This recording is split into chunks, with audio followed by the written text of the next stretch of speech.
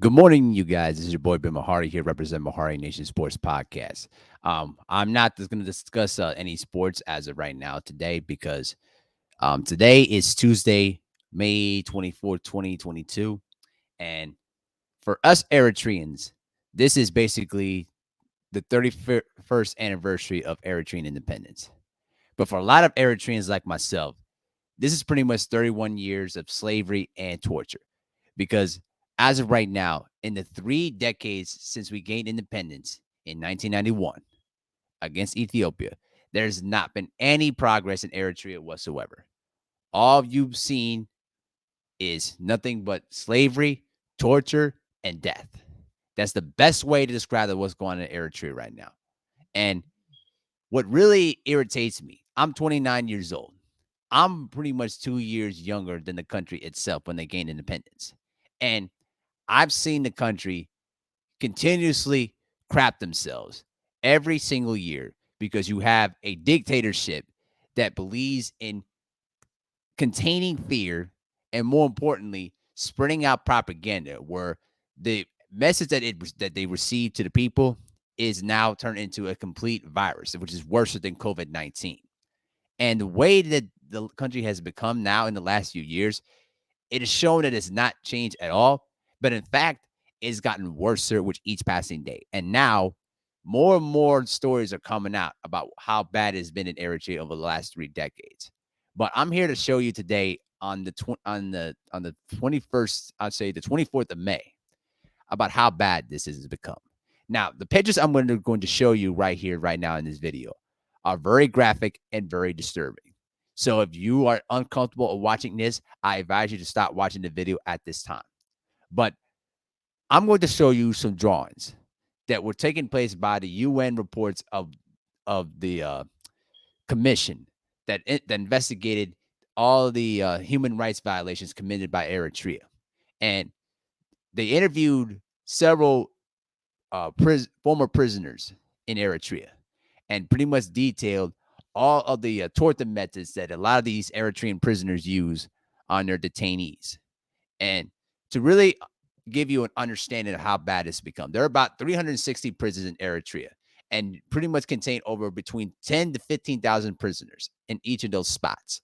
Most of them are contained in confined, storage containers or pretty much raggedy old prisons that have been not been constructionized or even modernized at all. To really paint the illustration of how bad it become, it's become overcrowded. There have been prisoners that have been serving in there for at least 10 plus years. Um, there's even prisoners that are even younger than 10 years old that have been stuck in these prisons.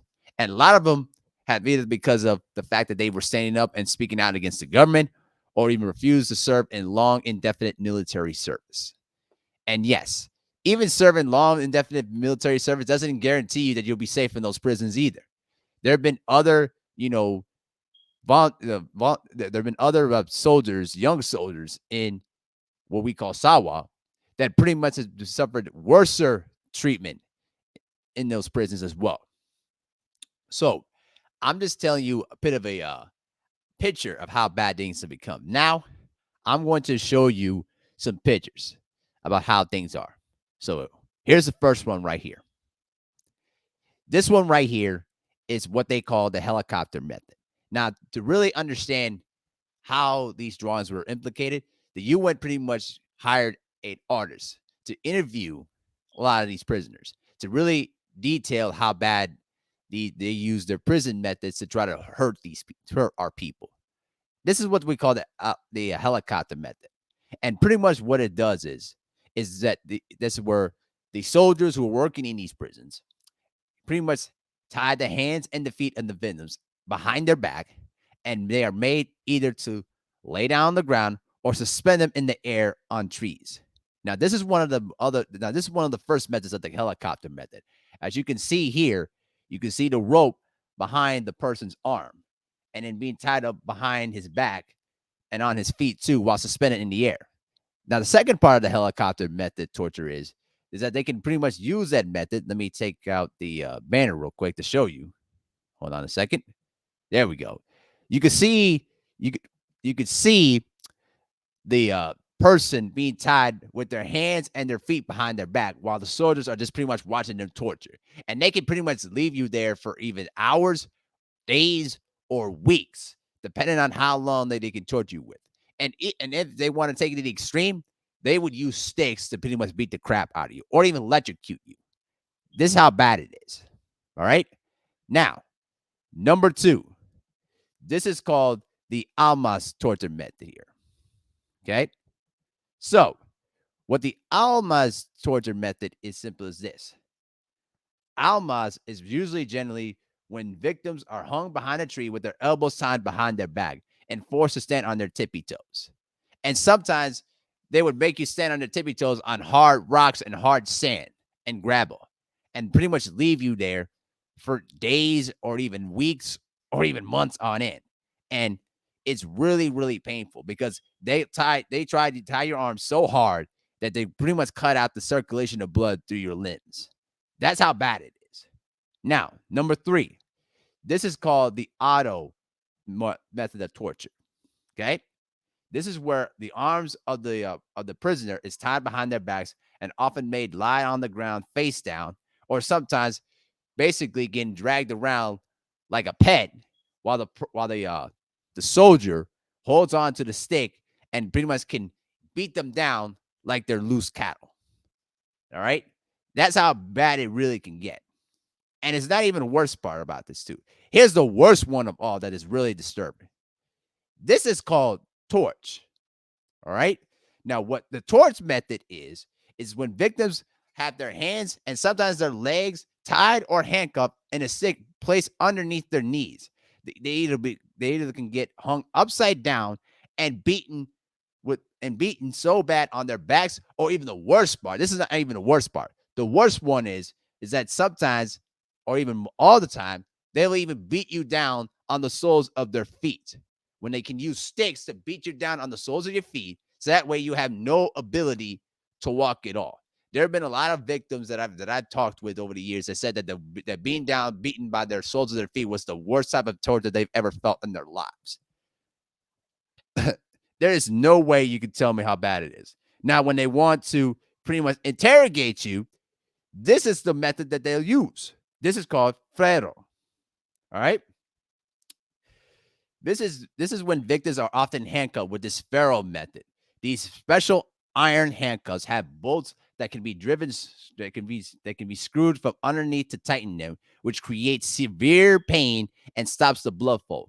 Depending on the replies given to the questions by the interrogator, the ferro can either be tightened if they answer the question that they liked, or if they don't like the answer that they were receiving, they can pretty much tighten them even more and can pretty much beat you down or electrocute you. All right. This is one of the methods that they pretty much have used. And even during on toilet breaks, when they pretty much had to use the restroom, this is even the worst part. Look at this picture right here. This is a picture right here of prisoners being sent out into the yard. All right. Where inmates can generally go out for toilet breaks for either once or twice a day to urinate and defecate, often in open space covered with human waste and while being guarded at gunpoint. Former detainees even reported that they were being forced to release themselves with extreme pressure time and humiliating ways. That pretty much they can just denigrate you and humiliate you while you basically shit on yourself. This is how bad it really has become. And it's not even it's not even the worst part. There have been stories about where even soldiers that have worked in the prisoners have even felt that they were prisoners themselves, because even if they talked about their workday or even talked about how torturous their workday was, they risk being in prison themselves. So really, the system in Eritrea is pretty much disgusting beyond belief. And the worst part is a lot of the women prisoners too are subject to either rape and sexual assault too as well. All right. There is no way to try to justify this. There's no way you can try to escape it. And I know there's a lot of people outside of Eritrea that have tried everything they can to defend all this. But when you see these pictures that I'm showing you right now, it is disgusting beyond belief. And this is one of the reasons why I don't celebrate this day anymore, because I try to find some meaning into it. And on honesty, I have no meaning to celebrate this anymore because there is no meaning to it. Because what this has become now is just another way to pretty much remind ourselves of how low we have become as a people. We've had people that have tried to defend this level of torture so many times, and it's just ridiculous right now. I mean, there is no way that you could try to tell me that there's anything positive in Eritrea. The system in Eritrea is just corrupt beyond belief. All right. And it all lies down on one man that I'm going to show you just in just a bit here. It goes on one man that's been pretty much responsible for the demise of our people. And he has been in power since Eritrea became independent. All right. So allow me to show his face here. All right. And it's lies on this man right here, Mr. Isaias Afwerki. Yep. This man has been in power for 31 years, and he is pretty much responsible for taking this country into a once a prosperous nation with a bright future and now turn it into a place of slavery, torture, and death. And the worst part is that this administration has even got their grubby hands in the genocide that's going on in northern Ethiopia right now. This man is the devil incarnate. This man is Hitler. He's our African Hitler. All right. There's nothing good about this man. And the worst part about it is we have people on social media and even out in public in the United States, in Europe, all right, in Canada, anywhere you find an Eritreans, there's a good majority of them that will try to defend this because they still think that this man is a good human being. When actuality, he is not. He has been responsible for imprisoning political people, a lot of your political figures. He's been responsible for basically forcing a lot of our famous artists, all right, to pretty much flee the country because they couldn't take it anymore. All right. And the worst part is there at least about a month per day, there's about 1,000 Eritrean people that will try to risk their lives to try to go in the freedom. They'll try to go through the Sinai Desert or even go through the Red Sea or try to cross through the Mediterranean to try to seek freedom. And pretty much a lot of them had died in their basically their journey. A lot of them had drowned to death. And so when I tell you how bad this has become, it's because it's this man right here. And anyone that tries to defend this motherfucker here, you are part of the problem. Because what you're basically telling me is that you have no problem being a slave, being a person that wants to be controlled by this bloodthirsty psychopath right here. And you're telling me that you still want to be a part of that? Stay away from me because you are part of the problem as well.